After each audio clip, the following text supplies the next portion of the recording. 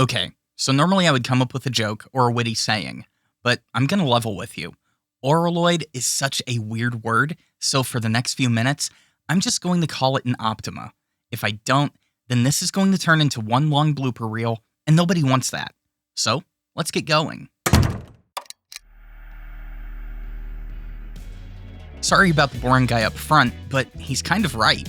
Aurora Optima Auroloide in blue and gold is a mouthful, but it's also a beautiful pen, so that's kind of why we're taking a look at it today. A little bit of background though. Aurora is one of those guilty pleasure brands of mine where I would consistently drop $500 for the upper tier pens. I really would, much to the consternation of those around me. I mean, the first thing that draws me to Aurora as a brand are the nibs. This Optima has a 14K nib, and it was butter smooth right out of the box. On top of that, I'm really a sucker for a smooth piston filler with just the right amount of ink window. What draws me to the Optima style over the 88 is more of the classic shape of the Optima. I really do like the nice look of squared off ends, which this pen has. I also find this particular Optima to be extremely well weighted with a very comfortable section. So what is there, if anything, that I would improve on this pen?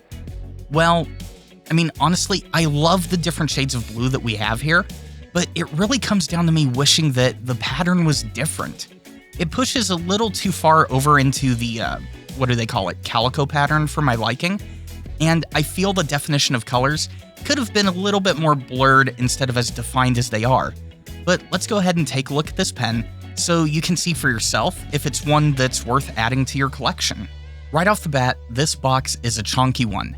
It's not a bad thing, but it did definitely catch me off guard, especially with this pen not being a special edition. That said, once we move past the pen and company information on the outer box, we are greeted with a quick breakaway box underneath and a nice mini booklet highlighting a sign and writing museum. I didn't know that was a thing. And it really didn't occur to me until I was writing the B-roll for the script. The more you know. Anyways, this inner box easily comes out of the outer box thanks to the breakaway front. I like this feature, and I wish more brands would use something like it. I mean, I've ended up tearing a few boxes trying to get pens out, and that's a bad time. Opening the inner box, we are greeted with the pen sitting nicely on a textured pen pillow.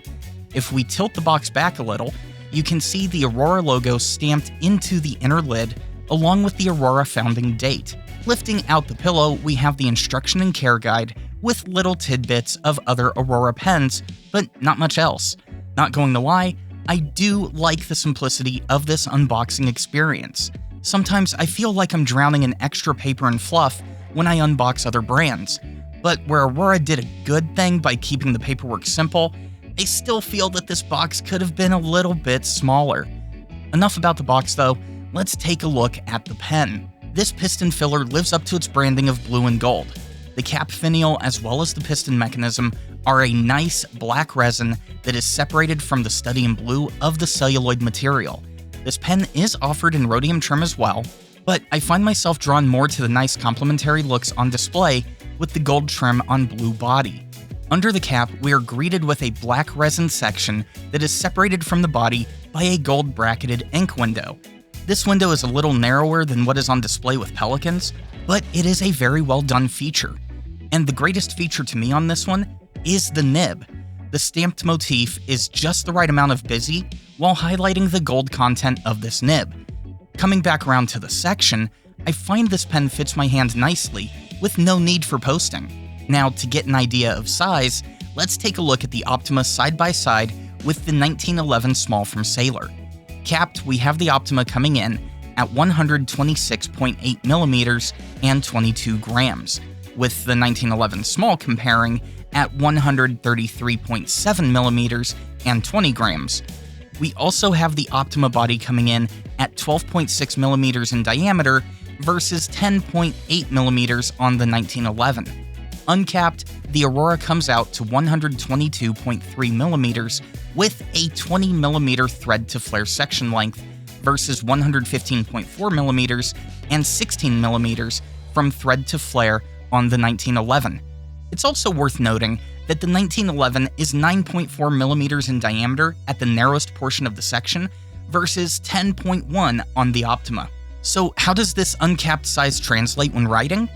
Personally, I think it's an amazing experience, but it wouldn't be a review if I didn't explain why.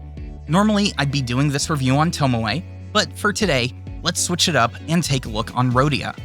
The biggest reason for this is if I'm going to say a nib is buttery smooth, then I want to test it on a paper with a bit more tooth than we would normally see on TR.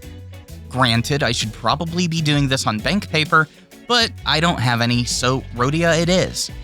As far as balance goes, since this pen is long enough to be used unposted, I'm not finding the nib to be pulling from the page, or conversely being too nib heavy.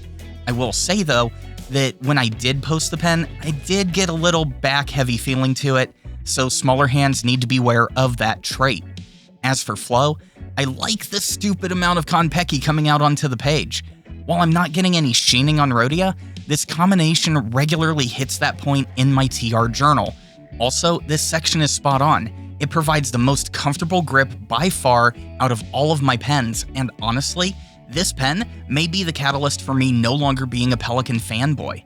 But that's gonna do it for the Aurora Optima Auroloide in blue and gold.